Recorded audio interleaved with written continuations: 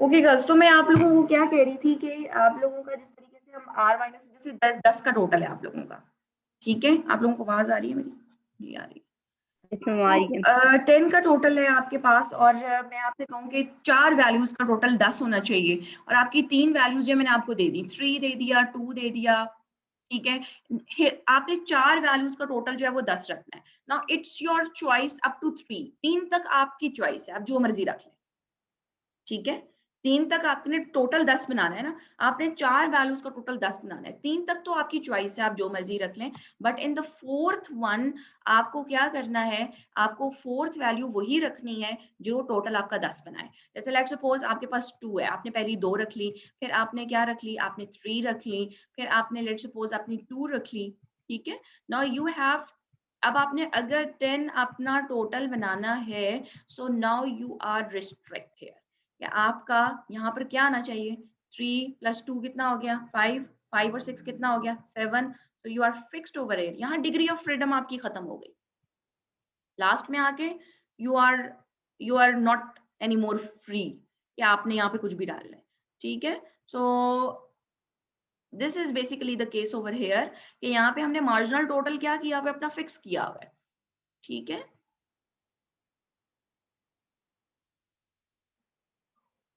ठीक है, सो हमने जो थर्ड वन है वो हमने कैसे निकालना है, बाय सब्ट्रैक्ट।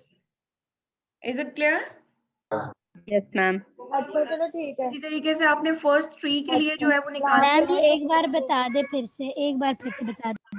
बच्चों को प्यार करना मेरी तरफ से, आज जैनम भी कह रही है मेरी तरफ से भी सलाम और बच्चों को प्यार, सारी कह रही हैं।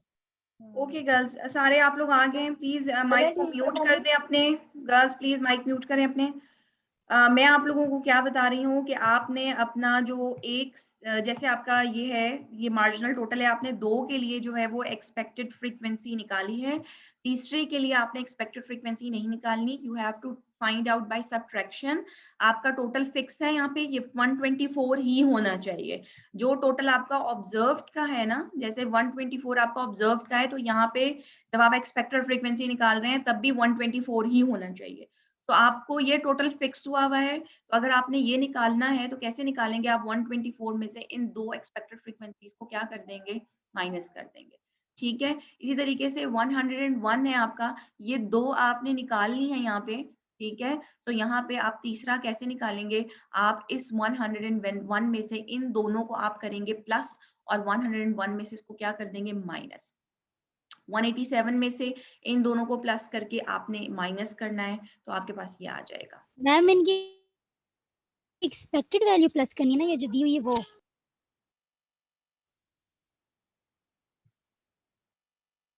जी, एक्सपेक्टेड फ्रीक्वेंसीज जो हमने निकाली हैं, दोनों सेल की आप एक्सपेक्टेड फ्रीक्वेंसीज निकालेंगे। तीसरी एक्सपेक्टेड फ्रीक्वेंसी आपने row total multiply by column total divided by n करके नहीं निकालनी, आपने टोटल में से पहली 2 एक्सपेक्टेड फ्रीक्वेंसीज को क्या कर देना है, माइनस कर देना। मैम अगर हमारे पास 4 का कॉलम, मतलब हमारे पास 4 रोज हो, फिर हम क्या करेंगे? तो आप 4 अगर कॉलम्स हो तो आप पहली 3 का निकालेंगे और चौथी का जो आप सब्ट्रैक्ट करके निकालेंगे। मैम यूं ही करेंगे ना कि पहली 2 को प्लस करके जो हमारे पास टोटल हमें दी हुई है मार्जिनल, उसमें से माइनस करेंगे तो हमारे पास थर्ड वन आ जाएगी। बेटे देखिए मेरी बात सुने, अगर आपके पास 4 है ना, 4 कॉलम्स हैं, तो आपने 3 बाय यूजिंग द फॉर्मूला निकालनी है और जो लास्ट वन है वो आपने टोटल में से माइनस, सिर्फ लास्ट वन। अगर 3 कॉलम्स हैं तो 2 निकालेंगे, तीसरी आप माइनस करके निकालेंगे। अगर 4 कॉलम्स है तो 3 आप फॉर्मूले से निकालेंगे, चौथी आप माइनस करके निकालेंगे। अगर आपके पास 5 कॉलम्स है तो 4 आप फॉर्मूले से निकालेंगे, 5वीं आप सब्ट्रैक्ट करेंगे। Is it clear? Is it clear? Yes ma'am समझ आया। ठीक है, क्लियर बच्चे? Any problem?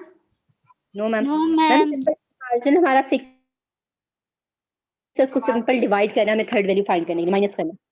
जी, थर्ड जो लास्ट वैल्यू है ना, थर्ड नहीं मैं कर रही क्योंकि जरूरी नहीं कि 4 कॉलम और 3 रोज ही हों। जो लास्ट वन है वो आपने सब्ट्रैक्ट करके निकालनी है बस। ओके ठीक है, क्लियर? ओके, यस अब मैम। हमारे पास हर ऑब्जर्व यस मैम। कॉरेस्पॉन्डिंग जो है वो एक्सपेक्टेड फ्रीक्वेंसी निकल आई है। क्लियर? अब आपने कॉलम बनाना है सबसे पहले ऑब्जर्व्ड का, ये सारी आपने ऑब्जर्व फ्रीक्वेंसी लिखनी। अगला कॉलम आपने एक्सपेक्टेड का बनाना है, हर ऑब्जर्व के कॉरेस्पॉन्डिंग जो एक्सपेक्टेड निकली है वो आपने लिखनी है। प्लीज गर्ल्स इसको आपस में कंफ्यूज मत कीजिएगा कि किसी की ऑब्जर्व किसी के एक्सपेक्टेड के सामने लिख रहे हो। यहाँ अगर आपने ऑब्जर्व फ्रीक्वेंसी ऐसे लिखी है 24, 83, 17, 11, 62, 28, तो एक्सपेक्टेड भी फिर आप इसी उससे चलेंगे, ठीक है। और अगर आप अपनी ऑब्जर्व्ड को इस तरह लेके चल रहे हैं, आप यूं लिख रहे हैं कॉलम वाइज, तो फिर आप अपनी ऑब्जर्व एक्सपेक्टेड भी इसी तरह से लिखेंगे। बस कहने का मतलब ये है कि जो आपके पास सेल की ऑब्जर्व्ड है उसी के कॉरेस्पॉन्डिंग उसी की एक्सपेक्टेड आनी चाहिए। कहीं आप लिखने में कोई कंफ्यूजन को हो जाए आप लोगों की और किसी की ऑब्जर्व किसी की एक्सपेक्टेड के सामने आ जाए। Is it clear? ठीक है, तो आपने ऑब्जर्व में से एक्सपेक्टेड को माइनस किया, take the square of that, square किया आपने, और फिर उस स्क्वायर ऑफ डिफरेंसेस को आपने एक्सपेक्टेड फ्रीक्वेंसी के ऊपर डिवाइड कर दिया। When you sum that column, जब आप इस कॉलम को सम करेंगे तो आपके पास काई स्क्वायर स्टैटिस्टिक जो है वो डायरेक्टली आ जाएगा। यानी जो आपका ये कॉलम है ना, ये आपको directly chi square statistic calculate करके देता है। तो आपने यहाँ पे जो है, अच्छा क्वेश्चन जब आप सॉल्व करेंगे तो फॉर्मूला जरूर आपने मेंशन करना है। कहीं ये कहें कि डेटा यहाँ से तो डायरेक्टली निकल आता है, तो बस आप यहाँ मेंशन करने की जरूरत नहीं है, फॉर्मूला मेंशन करें और काई स्क्वायर स्टैटिस्टिक यहाँ से निकालें। ये हो गई chi square calculated, this is your chi square calculated value. और हमने जो है यहाँ से काई स्क्वायर क्रिटिकल वैल्यू जो है वो फाइंड आउट करनी है। एंड वी नो दैट कि हमारा सारा का सारा क्रिटिकल रीजन कौन सी टेल पर है, हमारी राइट टेल पर पड़ा हुआ है। ठीक है, सारा का सारा alpha it's a positively skewed distribution. Do remember this, chi-square statistic, it's a positively skewed distribution. It lies from 0 to infinity. देखिए ये छोटी छोटी कॉन्सेप्चुअल बातें होती हैं, इनको आपने जहन में रखना है। सिर्फ यही नहीं कि टेस्टिंग किस तरह से करनी है, चीजों का पता होना चाहिए। कुछ पता नहीं पेपर किस तरह से होता है, हो सकता है एमसीक्यू टाइप हो जाए आप लोगों का, शॉर्ट क्वेश्चंस आ जाए, तो आप लोगों को हर तरह से तैयार रहना है। ठीक है, so this is your chi square statistic tabulated, और इसका सारा का सारा अल्फा आपका राइट टेल पे पड़ा हुआ है। क्यों पड़ा हुआ है वो भी मैं आपको बता चुकी हूँ, क्योंकि लेफ्ट टेल पे सारी की सारी एक्सेप्टेंस है। काई स्क्वायर की छोटी वैल्यूज आपको एक्सेप्टेंस की तरफ लेके जाती है, मींस कि ऑब्जर्व्ड और एक्सपेक्टेड में डिफरेंस कम है। और काई स्क्वायर की बड़ी वैल्यूज आपको रिजेक्शन की तरफ लेके जाती है, मींस के ऑब्जर्व्ड एक्सपेक्टेड के बराबर नहीं है, क्योंकि ऑब्जर्व्ड एक्सपेक्टेड के बराबर जब ही होगा जब वो इंडिपेंडेंट होंगे। क्राइटेरिया ऑफ इंडिपेंडेंस, क्या क्राइटेरिया ऑफ इंडिपेंडेंस है बताएं मुझे, इंडिपेंडेंस का क्राइटेरिया क्या है? नो वन, अभी बताया मैंने।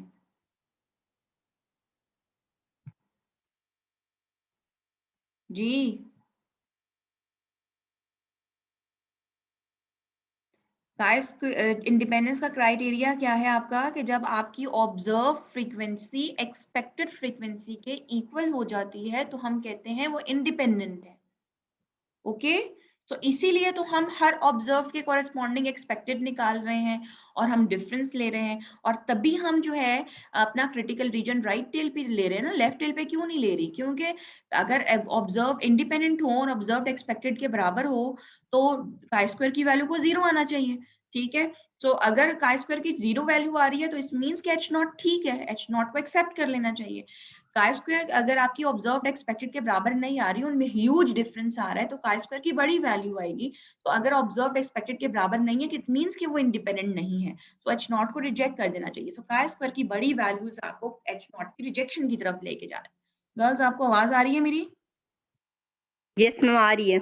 यस मैम समझ आ गई। ठीक है, सो ये आपकी, अब हमने काई स्क्वायर का टेबल यूज किया। लास्ट लेक्चर में स्टूडेंट्स कम थे, अगर आपको नहीं पता तो आप काई स्क्वायर का टेबल देख लें, आपकी बुक में मौजूद होगा। पेज नंबर प्लीज बता दें कौन सा है, एनीवन?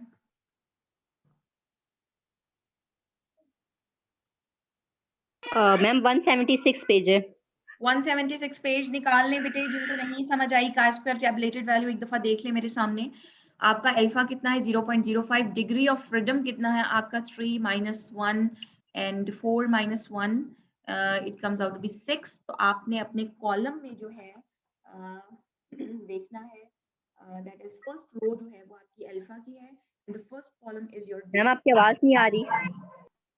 जो फर्स्ट टेबल की फर्स्ट रो है that is your alpha 176 page पे, and the first column is your degree of freedom.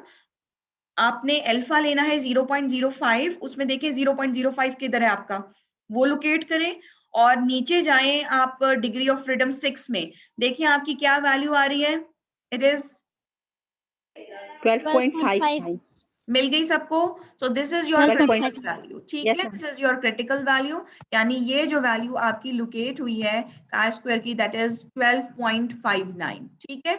तो अगर आपकी काय स्क्वायर कैलकुलेटेड की वैल्यू ग्रेटर देन 12.59 आती है तो इट मींस आप क्रिटिकल रीजन में फॉल करेंगे और आप अपने एच नॉट को रिजेक्ट कर देंगे। तो हम देख रहे हैं कि कैलकुलेटेड वैल्यू 54.06 है, which is greater than 12.56, that is falls in the critical region, so we therefore reject our null hypothesis of independence। हमने जो null hypothesis independence का बनाया हुआ था कि जी हमारे जो क्या थे दो क्राइटेरियाज, एक था आपका degree and the second one is hobby. हमने कहा था कि डिग्रीज और हॉबीज में किसी तरह की कोई डिपेंडेंस नहीं है, they are independent in our null hypothesis, तो वो नल हाइपोथेसिस रिजेक्ट हो गया हमारा। इट मींस के जो दोनों क्राइटेरियाज हैं उनमें एसोसिएशन है, यानी degree and the hobbies are related with each other, they are associated, okay, तो ये हमारे पास एविडेंस हमें मिल गया। Is it clear girls? Yes, ma'am. ठीक है, so this is your testing of hypothesis, very simple easy सी है। आई होप सो कि जो आप लोगों की गुडनेस ऑफ फिट टेस्ट था वो भी बिल्कुल सेम क्राइटेरिया ही हमने यूज किया था, बट वहां पे ये था कि हमने expected frequency under H not जो हमने डिस्ट्रीब्यूशन एज्यूम की हुई थी अकॉर्डिंग टू दैट हमने फाइंड आउट की थी, प्रोबेबिलिटीज निकाल के हमने उन प्रोबेबिलिटीज को एन के साथ क्या कर दिया था, मल्टीप्लाई, ठीक है।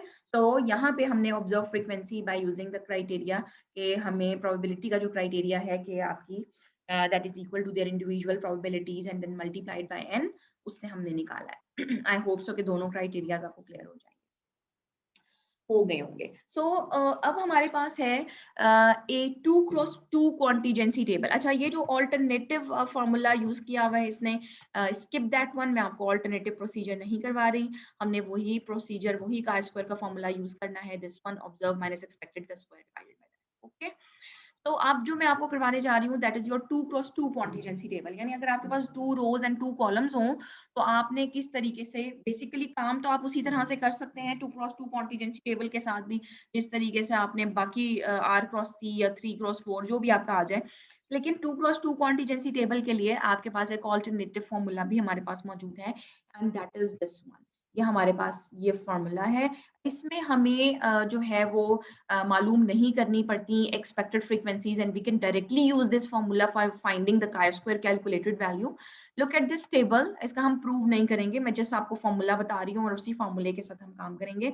ये 2x2 कॉन्टिजेंसी टेबल है, दिस इज इन एट्रीब्यूट 1 जो कि 2 कैटेगरीज में डिवाइड है, दिस इज इन एट्रीब्यूट 2 जो कि 2 कैटेगरीज में डिवाइड है, B1 and B2, and this is a 2x2 contingency table, 2 rows and 2 columns, ठीक है। लेट्स सपोज कि जो A1B1 की फ्रीक्वेंसी है, हम लिखते हैं ना A1B1 सेल की frequency, that is represented by A, ठीक है।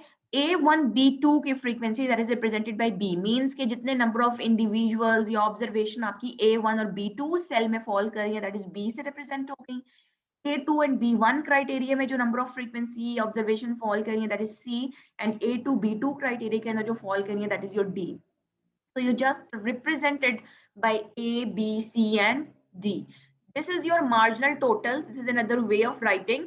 देखें, अगर मैं marginal total निकालती हूँ इसका तो मैं क्या करती हूँ, सेल्फ फ्रीक्वेंसीज को बेसिकली ऐड ही कर रही होती हूँ ना, मैं इसको लिखती हूँ, इसको लिखती हूँ A1 जो अभी आपने पीछे कॉन्टिजेंसी टेबल किया था। तो I'm writing of instead of writing this one, I just simply add. Basically ये भी यही काम करता है कि ये फ्रीक्वेंसी रो टोटल का फ्रीक्वेंसी करता है। So it is A plus B, this is C plus D marginal total, this is A plus C and this is B plus D. So how can you find? देखिए अब यहाँ पर क्या हुआ, and the total frequency अगर आप देखें तो क्या होगी, A plus B plus C plus D, यहाँ से भी यही आ रहा है और यहाँ से भी यही आ रहा है। Basically this is your N, ये क्या है आपका, this is your N sample size जो आपने डिफरेंट 4 कैटेगरीज में डिवाइड कर दिया mutual exclusive. This is your formula, हम नीचे से देख लेते हैं, यहाँ भी लिखा हुआ है, ये क्या है, A plus B plus C plus D, this is your marginal, this is your grand total, ठीक है। और ये क्या है आपका, you take the difference, आप क्या करेंगे, आप A D को, यानी ये दो सेल की फ्रीक्वेंसीज को मल्टीप्लाई करके इन दो सेल की फ्रीक्वेंसी के प्रोडक्ट में से क्या कर देंगे, minus. Again listen to that, आप इन दो सेल की फ्रीक्वेंसीज के प्रोडक्ट में से इन दो सेल की फ्रीक्वेंसीज के प्रोडक्ट को क्या कर देंगे minus, and then you take the square of that. आप उसका क्या कर लेंगे, स्क्वायर कर लेंगे, ठीक है। And divided by these are all the marginal totals. आप देख रहे हैं कि a plus C, b plus d, ये सारे के सारे क्या है, a plus b divide by c plus d. यानी आपने क्या करना है, आपने ऊपर न्यूमरेटर में ये जो ग्रैंड टोटल है इसको मल्टीप्लाई करना है A D minus B C के होल स्क्वायर के साथ and divided by all the marginal total. So ये directly chi square statistic calculated आपके पास निकल आएगा। देखिए मुझे ना यहाँ पे मैंने किसी भी सेल के कॉरेस्पॉन्डिंग एक्सपेक्टेड फ्रीक्वेंसी निकाली है, ना ही मैंने उनका कॉलम बना के ऑब्जर्व मैंने एक्सपेक्टेड का डिफरेंस लिया, ना स्क्वायर किया, ना एक्सपेक्टेड पे डिवाइड किया। You can directly use this formula for 2x2 contingency table and you find the chi square calculated value. Is it clear? Yes, ma'am. Ma'am ये दोबारा से बताएं, मुझे नहीं समझ आया। मैम ये जो कहाँ से नहीं समझ आई? ऊपर है, मैंने रिकॉर्डिंग में मैम डाला। यहाँ से E11, E21 और E22 यहाँ से। ये वाला तो मैं आपको बता ही नहीं रही ना, मैं आपका प्रूव नहीं है, यू जस्ट मैं आपको सिर्फ फॉर्मूला बता रही हूँ, मैं आपको सिर्फ ये बता रही हूँ आपका ये फॉर्मूला, ये समझ आया ये कैसे बना?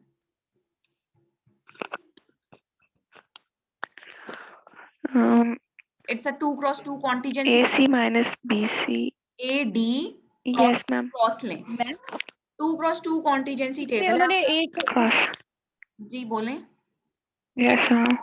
मैम ए को डी मैम से मल्टीप्लाई करके बी को सी से फिर उनका माइनस करके उसका स्क्वायर करना और फिर उसके बाद जो ग्रैंड टोटल आता है उसके साथ मल्टीप्लाई करके नीचे सारी उसके साथ ए मार्जिनल प्लस सी टोटल्स के साथ बी प्लस आपने डी के डिवाइड, साथ सारे मार्जिनल टोटल पे डिवाइड कर देना। ठीक है, सो आप एग्जांपल देखें, it would B Okay, clear. ma'am. वो मसला Thank नहीं है you, ma'am. उसमें, ठीक है। आप एक क्वेश्चन देखेंगे, Okay. It would be clear. Ma'am आ गया समझ। Example of 250 men and 250 women are pooled as to their desire concerning the ownership of the television set. The following data resulted. तो यहाँ पे देखें कि आप लोगों के दो क्राइटेरियाज हैं, एक है ओन अ टेलीविजन सेट और दूसरा है आपका सेक्स। वो देखना चाह रहा है कि ओन अ टेलीविजन सेट यानी टेलीविजन सेट की ओइंग पे यानी ओन कर रहा है, और जो दूसरा आपका है सेक्स, इसके दरमियान किसी किस्म की कोई जो है वो रिलेशनशिप है या एसोसिएशन है कि नहीं, या इंडिपेंडेंट है। सो आप देख रहे हैं कि there is men and women and this is want television and do not want television.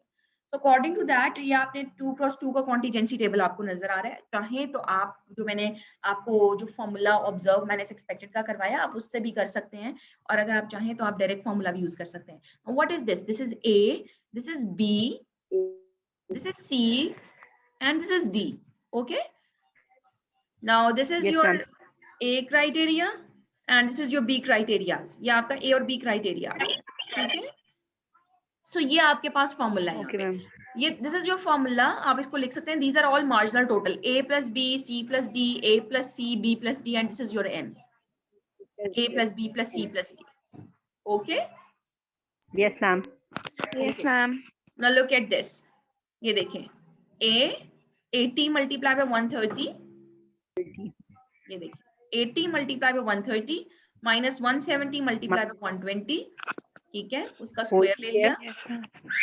square multiply by n, a plus b plus c plus d, this is your n 500 divided by all marginal total 200, 300, 250 and 250 सब पे divide कर, ये देखिए। Is it clear? Ma'am ये सिर्फ 2x2 के case में लगेगा ना ये ये फार्मूला? सिर्फ 2x2 कॉन्टिजेंसी टेबल के अंदर आपका यूज हो सकता है। Is it clear? Yes, ma'am. ठीक है, तो आपकी chi स्क्वायर की वैल्यू कितनी आ गई कैलकुलेटेड की, दैट इज 13.33, और क्रिटिकल रीजन जो आपके पास है दैट इज अल्फा। और यहाँ पे देखें डेफिनेटली डिग्री ऑफ फ्रीडम जब आप 2x2 का करते हैं तो 1 डिग्री ऑफ फ्रीडम आपके पास रह जाता है, तो आप अल्फा 0.05 में और डिग्री ऑफ फ्रीडम 1 में करेंगे, it comes out to be 3.84। आपकी क्रिटिकल वैल्यू आ रही है, आपकी chi स्क्वायर की कैलकुलेटेड वैल्यू 13.33 आ रही है, it falls in the rejection region, so we reject our H0 and we conclude के जो आपका own television set है और जो sex है they are associated with each other. Is it clear? Yes, ma'am. So any problem up till here? No ma'am. No ma'am. अपनी book और book में जाए और बुक के अंदर एक्सरसाइज के जो क्वेश्चंस हैं वो एक दफा देखें। मैम आपकी आवाज बहुत कम आ रही है। मैम गर्ल्स बुक की एक्सरसाइज में आप जाके देखें कि आप लोगों को समझ आ रही है कि नहीं आ रही है क्वेश्चंस। Ma'am 1 minute. मैम आज इतना बहुत है। मैम इसी से रिलेटेड एक्सरसाइज के क्वेश्चंस भी कर लेंगे और आप हमसे क्वेश्चन पूछें, हम बताएंगे। ओके आप लोगों का जो इंडिपेंडेंस का टेस्ट है ना, दैट स्टार्ट्स फ्रॉम। मैम आपकी आवाज नहीं आ रही। मैम 17.42 का पार्ट बी जो है वो भी 2/2 का है। जी 2+2 का है और आप यस मैम। यहाँ से टेस्ट ऑफ इंडिपेंडेंस जो है वो 17.41 के बी पार्ट से जो आपकी वो टेस्ट ऑफ इंडिपेंडेंस शुरू हो रही है। ठीक है, तो यहाँ से ये आपके डिफरेंट 2x2 के हैं, कोई 3x2 का है, कोई 3x4 का है। यू हैव डिफरेंट एट्रीब्यूट्स, आपके डिफरेंट एट्रीब्यूट्स उसने आपको डिफाइन किए हुए हैं। आप लोगों ने null hypothesis and alternative hypothesis बनाना है और उसके कॉरेस्पॉन्डिंग आपने एक्सपेक्टेड फ्रीक्वेंसीज निकालनी है और आपने बस याद रखना है कि आपने अपनी जो लास्ट सेल की एक्सपेक्टेड फ्रीक्वेंसी है वो आपने सबट्रैक्ट करके निकालनी है और आपने डिग्री ऑफ फ्रीडम अपना R-1 और C-1 यूज करना है। आपका का सारा क्रिटिकल रीजन आपकी राइट टेल के ऊपर पड़ा होगा। ठीक है, okay ma'am. Test of independence में एज सच कोई इतना प्रॉब्लम नहीं है। जो आपको मैंने लास्ट टॉपिक करवाया था that is your goodness of fit test, उसकी तरफ हम आ जाते हैं। ठीक है, तो ताकि आप लोगों को कुछ उसमें अगर कोई प्रॉब्लम हो तो आप लोग देख लें। टेस्ट ऑफ इंडिपेंडेंस बिल्कुल सेम प्रोसीजर के साथ ही फॉलो होगा, उसमें कोई ऐसी प्रॉब्लम नहीं। मैम मेरा बीच में ना डिस्कनेक्ट हो गया था, मुझे एक चीज दोबारा क्लियर कर दें। जो आपने एक्सपेक्टेड फ्रीक्वेंसी बताई थी, एक्सपेक्टेड फ्रीक्वेंसी जैसे column A multiply column B divided by grand total, तो जब उसे दूसरे केमिस्ट्री की जैसे निकालेंगे तो फिर column B column C multiply divided by grand total करेंगे। आपने सेल को फोकस करना है, जैसे ये है ना, ये पूछ, ठीक है मैम ये मैथ की है ना, ये केमिस्ट्री की पूछ। Just listen to me. जैसे फॉर एग्जांपल आपने 28 के कॉरेस्पॉन्डिंग एक्सपेक्टेड निकालनी है। ठीक है, आपने इस सेल को इस सेल के कॉरेस्पॉन्डिंग निकाली। इस सेल का रो टोटल क्या है 101 और इस सेल का कॉलम टोटल क्या है आपका 123। आपने 101 को 123 के साथ क्या करना है मल्टीप्लाई एंड डिवाइड बाय 492। जिस सेल की भी आपने निकालनी है, जैसे 121 की निकालनी है, उसको लेके जाएं रो टोटल क्या है और उस सेल का कॉलम टोटल क्या है। आपने रो टोटल को कॉलम टोटल के साथ क्या करना है multiply and divide by the total frequency. ठीक है, आपने 32 का निकालना है, आपने 32 का चेक करना है कि मेरा रो टोटल क्या बन रहा है और मेरा कॉलम टोटल क्या बन रहा है। आपने रो टोटल को कॉलम टोटल के साथ क्या करना है multiply and divide by the total frequency. Is it clear? Ma'am मैं ये चीज पूछ रही हूँ, जैसे आपने कहा था ना 124 फिक्स है, तो इसका आंसर बनाने के लिए आपने जो अगला कॉलम जो है मैम अगले पेज पे जो है उसका पूछ रही हूँ मैं। ये दो ये इसका पूछ रही हूँ, तो चल गया मुझे 19.4। ये मैं पूछ रही हूँ 73.6 जो है ये भी इसी तरह ही आएगा, 2 को मल्टीप्लाई करके। हाँ एग्जैक्टली बाय ये दो आपने एक्सपेक्टेड फ्रीक्वेंसी मल्टीप्लाई करके निकालनी है। तीसरी जो लास्ट होगी ना, क्योंकि मार्जिनल टोटल फिक्स है आपका, तो आपने टोटल में से इन दोनों को क्या करना है माइनस, और ये आपने सब्ट्रैक्ट करके निकालनी है। ये आपने सब्ट्रैक्ट करके निकालनी है। 101 में से इन दोनों को माइनस करेंगे, 187 में से इन दोनों को माइनस करेंगे तो ये निकलेगी, इसमें से आप ये दोनों माइनस करेंगे तो ये निकलेगी। ठीक है, क्लियर? Okay ma'am.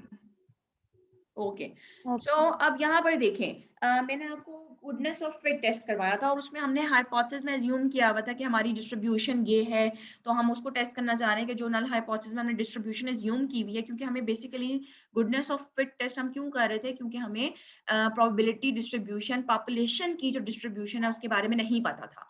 तो हमने अजम्पशन की थी, जैसे हम बाकी चीजों के बारे में अजम्पशन करते आ रहे हैं। हमने पैरामीटर्स के लिए डिफरेंट पैरामीटर्स के लिए अजम्पशन किया, अंडर एच नॉट एट्रीब्यूट्स की इंडिपेंडेंस की assumption की। इसी तरीके से नल हाइपोथेसिस में assumption की थी कि हमने जो पॉपुलेशन डिस्ट्रीब्यूशन है वो ये है, हम एज्यूम करें कि हमारी पॉपुलेशन डिस्ट्रीब्यूशन नहीं ये वाली है, हालांकि हमें उसके बारे में नहीं पता था। तो अब यहाँ पे वो क्या कह रहे हैं, test hypothesis that the data confirm to the binomial distribution.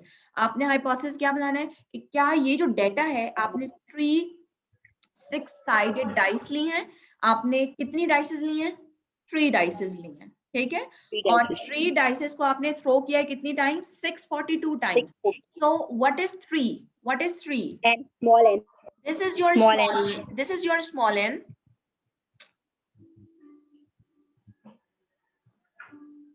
ठीक है, this is your small n and this is what, capital N, this is your capital N, that how many times you Capital N. repeat this experiment।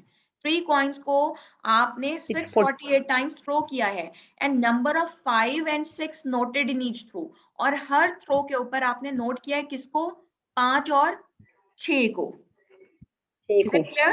ठीक है, सो 5 और 6 को आपने note किया है, और फिर देखें this is the observe frequency, आपका 0 टाइम्स 5 और 6 आया, 3 में से आपका 0 टाइम 5 या 6 आया, 1 टाइम्स 5 या 6 आया, 2 टाइम्स 5 या 6 आया, 3 टाइम्स, क्योंकि देखें ना it's a binomial distribution, 3 coins हैं तो 3 में से हो सकता है किसी पे भी ना आए, 1 पे आए, 2 पे आए, 3 पे आए, इससे ज्यादा तो नहीं हो सकता, 4 पे तो नहीं आ सकता, क्योंकि कॉइन्स ही 3, डाइसेस ही 3 हैं आपके पास।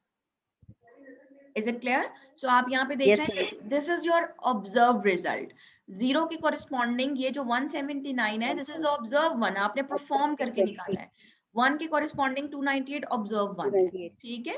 So अब आप यहाँ पे देख रहे हैं कि जो आपने null hypothesis बनाना है, that the data confirm, null hypothesis क्या बनेगा, data conforms to the binomial distribution with p 1/3 and n3। तो binomial distribution के 2 parameters होते हैं, कौन से 2 parameters हैं आपके, NP, और मैंने आप लोगों को बताया था कि दोनों पैरामीटर्स का स्पेसिफाई होना, बाजू का दोनों स्पेसिफाई होते हैं, बाजू का दोनों नहीं होते, बाजू का एक होता है।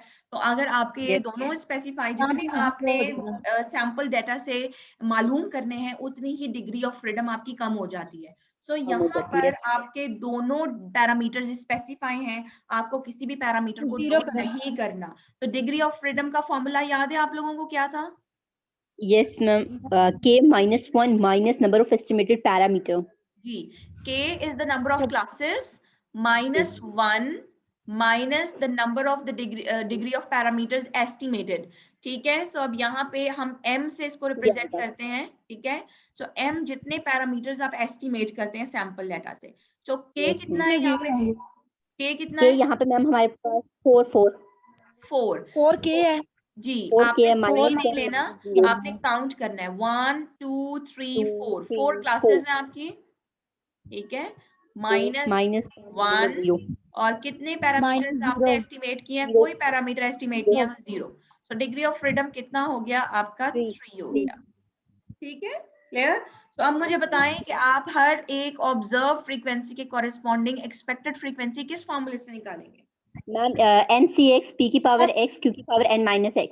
एग्जैक्टली, सो बाइनोमियल डिस्ट्रीब्यूशन का जो फॉर्मूला है वो है NCX P की पावर X Q की पावर N minus X। ये तो प्रोबेबिलिटीज आ गई, और फ्रीक्वेंसी कैसे निकालेंगे, मल्टीप्लाई कैपिटल N करके आप यहाँ से इन प्रोबेबिलिटीज को आप निकालेंगे फॉर X की वैल्यू 0, ठीक है, X की वैल्यू 0 के लिए तो क्या बनेगा, 3C0 1/3 की पावर 0, और जो है Q कितना हो जाएगा, यहाँ पे Q कितना हो जाएगा, 2/3, 1 minus 1/3, दैट इज 2/3, क्योंकि सम 1 होता है ना। सो अगर ये 1/3 तो ये 2/3 होगा। सो 2/3 की पावर 3 minus 0, फिर इसी तरह 1 के लिए निकालें 3C1 और फिर 3C2 और 3C3, और फिर इसको आप कैपिटल N के साथ जब मल्टीप्लाई कर देंगे तो ये आपको हर सेल के कॉरेस्पॉन्डिंग एक्सपेक्टेड फ्रीक्वेंसी दे देगा, ठीक है, क्लियर। तो दूसरा पॉइंट जो मैंने आप लोगों को बताया था वो मर्जिंग का था कि किसी भी सेल की एक्सपेक्टेड फ्रीक्वेंसी आपकी लेस देन 5 नहीं होनी चाहिए। 5 होगी तो अगर आपकी किसी सेल की फ्रीक्वेंसी लेस देन 5 होगी तो आप उसको मर्ज कर देंगे, टू द पिछली वाली फ्रीक्वेंसी के साथ मर्ज कर दें, unless you get the frequency 5। तो एक्सपेक्टेड फ्रीक्वेंसी लेस देन 5 नहीं होनी चाहिए। Is it clear? Yes ma'am. Yes ma'am. ये देखें, इसमें बताएं 12 dices were thrown 4096 times। तो अब बाकी कोई और भी what is small n is 12, Capital N is 40, capital N. 49.6. and a throw of 6 was reckoned as a success. The observed frequency were as given below. So यहाँ आपको frequencies given है, ठीक है. Find the value of chi-square on the hypothesis that the dices were unbiased and hence show the data are consistent with the hypothesis so far as chi-square is concerned. तो आप मुझे बताएं कि यहाँ पर क्या होगा hypothesis? Dices were unbiased. Unbiased. तो क्या होगा ये? अनबायस्ड कब होते हैं? जब हर सेल की आने की फ्रीक्वेंसी कितनी होती है आपकी? 1/6 होती है. नहीं, हर Yes, dice 1/6. 1/6 होगी ना, ठीक है. डाइस अनबायस्ड कब होती है? 1/6 जब उसकी 1/6 होती है. सो यहाँ पे भी जो है हम फ्रीक्वेंसीज जो निकालेंगे वो बाइनोमियल से ही निकालेंगे क्योंकि वो अनबायस्ड का कह रहा है. इट मींस कि p जो है वो आपका 1/6 है, ठीक है. और n कितना है आपका? n हमारे पास 12 है जी, n 12 है आपके पास, ठीक है. So the both the parameters are specified over here. हमें कोई भी पैरामीटर निकालने की जरूरत नहीं है, ठीक है, क्योंकि अंडर h0 हम assume करें the dices were unbiased. So it means the data are consistent with the binomial distribution with p is equal to 1/6 and n is equal to 12. Is it clear? Yes ma'am, दोनों parameter given है. दोनों parameter specify है ना. और हमारी क्या data consistent किसके साथ है? बाइनोमियल के साथ. Data are consistent with the binomial distribution with n is equal to 12 and p is equal to 1/6. तो अब आपने हर जो वैल्यू है x की वैल्यू उसके कॉरेस्पॉन्डिंग आपने जो है वो प्रोबेबिलिटीज जो है वो फाइंड आउट करनी है और उसको कैपिटल N के साथ जो है वो मल्टीप्लाई करेंगे. ठीक है, क्लियर. अच्छा, एक चीज जो इसमें भी I think so I skip that one. आप लोगों ने जब प्रोबेबिलिटीज निकालनी है and we know that the probability sum of the total probability is 1. तो जिस तरीके से हम मार्जिनल टोटल में नहीं कर रहे कि हम मार्जिनल टोटल में से जो है पहली दो की माइनस करके लास्ट की सब्ट्रैक्ट करके निकालते हैं. The same case is over here. आपने यहाँ पे भी यही करना है कि जब आप प्रोबेबिलिटी निकालेंगे ना 0 की, 1 की एंड 2 की, तो आपने क्या करना है, आपने, हमें पता है प्रोबेबिलिटीज का टोटल क्या होता है? 1 होता है. तो आपने क्या करना है कि 1 में से इन 3 की प्रोबेबिलिटीज को माइनस करके तीसरे की प्रोबेबिलिटी निकालनी है. ओके मैम, आ गई समझ. ठीक है, क्योंकि देखिए यहाँ डिग्री ऑफ फ्रीडम 1 जो माइनस हो रही है वो इसलिए माइनस हो रही है क्योंकि यहाँ पे हमारे पास एक रिस्ट्रिक्शन है फॉर द लास्ट प्रोबेबिलिटी. इसी तरीके से यहाँ पे भी आप 0, 1, 2, 3, 4, 5 एंड 6 के लिए निकालेंगे प्रोबेबिलिटीज और फिर आपने 1 में से माइनस करके इन तमाम को 1 में से माइनस करेंगे एंड 7 एंड ओवर के लिए निकाल लेंगे. Is it clear? Yes ma'am. ठीक है. तो दिस इज द केस जो मेरे ख्याल में मैंने आपको बताना मैं आपको भूल गई थी वहां पे. ठीक है. सो आपने इसी तरीके से प्रोबेबिलिटीज निकाली और फिर जब प्रोबेबिलिटीज निकल आए तो उन प्रोबेबिलिटीज को कैपिटल N के साथ आपने मल्टीप्लाई कर देना तो आपको एक्सपेक्टेड फ्रीक्वेंसीज मिल जाएंगी. ठीक है, क्लियर.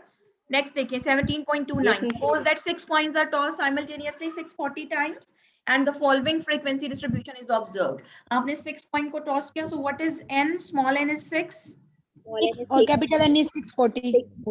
Capital N is 640. ठीक है. और यहाँ पे आपके पास देखें test the null hypothesis the coin are well balanced. So well balanced का मतलब कि हेड के आने की प्रोबेबिलिटी भी 1/2 एंड टेल के आने की प्रोबेबिलिटी भी 1/2. बेसिकली हम नल हाइपोथेसिस में टेस्ट करने जा रहे हैं कि the data are consistent with the binomial distribution. Data is consistent with the हमारे पास दोनों binomial distribution with p is equal to 1/2 and n is equal to 6. ठीक है, हम ये टेस्टिंग करने जा रहे हैं जी. मैम जैसे इन्होंने कहा ना वेल बैलेंस है तो we can say that it is coin is unbiased. जी जी बिल्कुल अनबाइस्ड की बात कर रहा है. Okay ma'am. बैलेंस्ड कॉइन वही होती है ना जो अनबाइस्ड होती है, यानी दोनों साइडों का वेट बराबर होता है. अनबाइस्ड कब होती है? जब देखें हम कॉइन को बाइस्ड कब कहते हैं? जब एक साइड के कॉइन के वेट को हेड के साइड वाले जो वेट है उसको ज्यादा कर दिया जाता है. तो क्या होता है कि जब कॉइन को थ्रो करते हैं तो भारी वाली साइड नीचे हो जाती है और हल्की वाली साइड ऊपर हो जाती है, तो हम उसको कहते हैं बाइस्ड कॉइन. बाइस्ड कॉइन समझ आ रही है? तो वेल बैलेंस्ड मींस के अनबायस्ड है, यानी हेड के आने की प्रोबेबिलिटी और टेल के आने की प्रोबेबिलिटी सेम 1/2. जी 1/2. Is it clear? Okay ma'am मतलब हम h नॉट की जगह मैंने इसका लिखा है the coin is unbiased with p is equal to 1/2 and n is equal to 6। Ma'am ये सही है ना? बिल्कुल जी।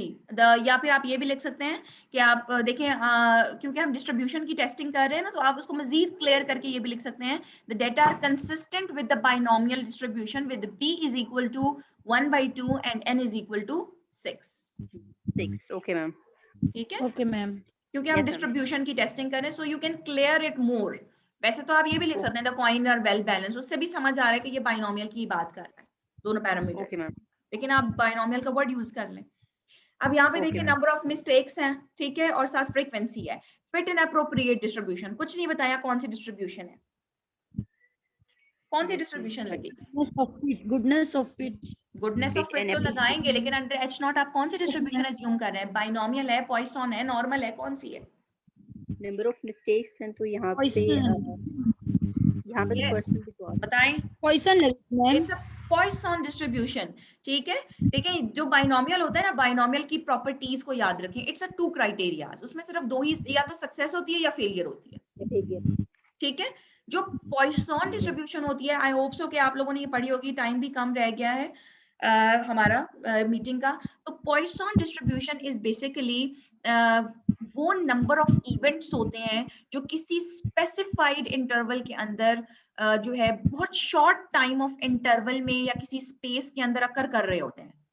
Number of occurrence of an event in a very short interval of time, space or a length. जैसे अब मैं कहूं कि number of mistakes हैं per page, तो आप देखें कि this is a space, page is a space and number of mistakes event किसी short interval के अंदर। जैसे मैं ये कहूं कि 1 मिनट में कितनी calls आ रही हैं, तो 1 मिनट is an interval और number of calls जो जितनी अकर हो रही है, इवेंट अकर हो रहा है उस इंटरवल के अंदर, short interval, short period of time के अंदर जो चीज अकर कर रही होती है ना, वो आपके पॉइसन डिस्ट्रीब्यूशन को फॉलो कर रही होती है। Got it? लेकिन मैम यहाँ पे अगर देखिए नंबर ऑफ मिस्टेक्स पर पेजेस है ना, तो नंबर ऑफ मिस्टेक भी तो हमारा फेलियर ही है ना हमारा। अगर हम इसको बनाएं कि हमने उसको एक्यूरेट बिल्कुल करना है, हमारी सक्सेस है। लेकिन यहाँ पे नंबर ऑफ मिस्टेक हम फेलियर भी तो कंसीडर कर सकते थे ना। नहीं नहीं, नंबर ऑफ मिस्टेक्स आपने काउंट करनी है जो उसको रिकॉर्डिंग में एक पेज के अंदर कितनी मिस्टेक्स हैं, जैसे स्पेलिंग मिस्टेक्स आ जाती हैं आपकी। Okay ma'am. Okay, so here your पर पेज या आपकी स्पेस क्या है? पर पेज, ये नंबर ऑफ मिस्टेक्स। इवेंट पर पेज इवेंट अकर हो रहा है, कौन सा इवेंट अकर हो रहा है? मिस्टेक्स का, नंबर ऑफ मिस्टेक्स। इसी तरीके से अगर मैं कहूं कि 1 मिलीमीटर आपका वाटर है, ये वाटर है, इसके अंदर ये पानी है आपका एक गिलास में, ठीक है, इसके अंदर कितने बैक्टीरियाज हैं आपके? तो इवेंट आपका क्या हो गया? Number of bacterias. और 1 मिलीमीटर वाटर इज योर जो है वो आपका स्पेस हो गया, ठीक है। किसी भी स्पेस के अंदर, किसी भी टाइम के अंदर, किसी भी उसके अंदर आपके जो मिस्टेक्स होती हैं, you can consider it as a Poisson distribution. यानी किसी भी शॉर्ट इंटरवल ऑफ टाइम में किसी भी इवेंट के अकर करने की प्रोबेबिलिटी जो अकर कर रही होती है ना, उसको हम कहते हैं पॉइसन डिस्ट्रीब्यूशन। टाइम कम हो रहा है आप लोगों का, दोबारा ज्वाइन नहीं करूंगी, I think so it's enough for today. So आप लोगों ने इसको, इट्स अ पॉइसन डिस्ट्रीब्यूशन, इसका पैरामीटर आपका म्यू है। सो आप यहाँ पे ये this is your x, this is your f, आप summation fx divided by summation f करके x बार निकालेंगे क्योंकि यहाँ पे उसने आपको नहीं दिया हुआ, तो 1 डिग्री ऑफ फ्रीडम आपकी कम होगी। Is it clear? Yes ma'am, कर लेंगे। ठीक है, यहाँ पे भी पॉइसन डिस्ट्रीब्यूशन है, यहाँ पे भी आप x बार को कैलकुलेट करेंगे।